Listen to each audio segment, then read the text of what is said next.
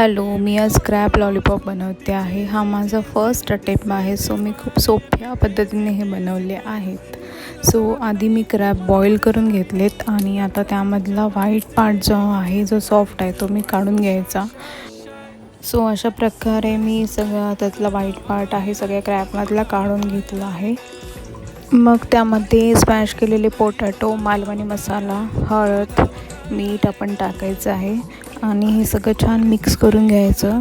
तुम्ही यामध्ये आलं लसूण पेस्ट ॲड करू शकता आणि नंतर याचे छान शेप करून घ्यायचे आहेत. मीन्स लॉलीपॉपसारखे राऊंड शेप करून घ्यायचे आहेत. मला शेप जमलेत की नाही हे तुम्ही कमेंट करून नक्की सांगा.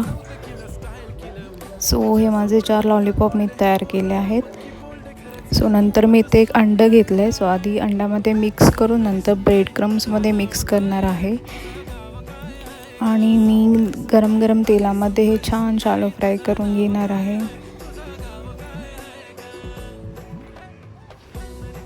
सो हे दोन्ही साईडने छान आपण शॅलो फ्राय करून घ्यायचे आहेत आणि इथे आपले रेडी आहेत क्रॅब लॉलीपॉप. हा माझा फर्स्ट अटेम्प्ट होता. सो तो खूपच छान झाला आहे. सो तुम्हीही नक्की ट्राय करा आणि मला कमेंट करून सांगायला विसरू नका. थँक्यू.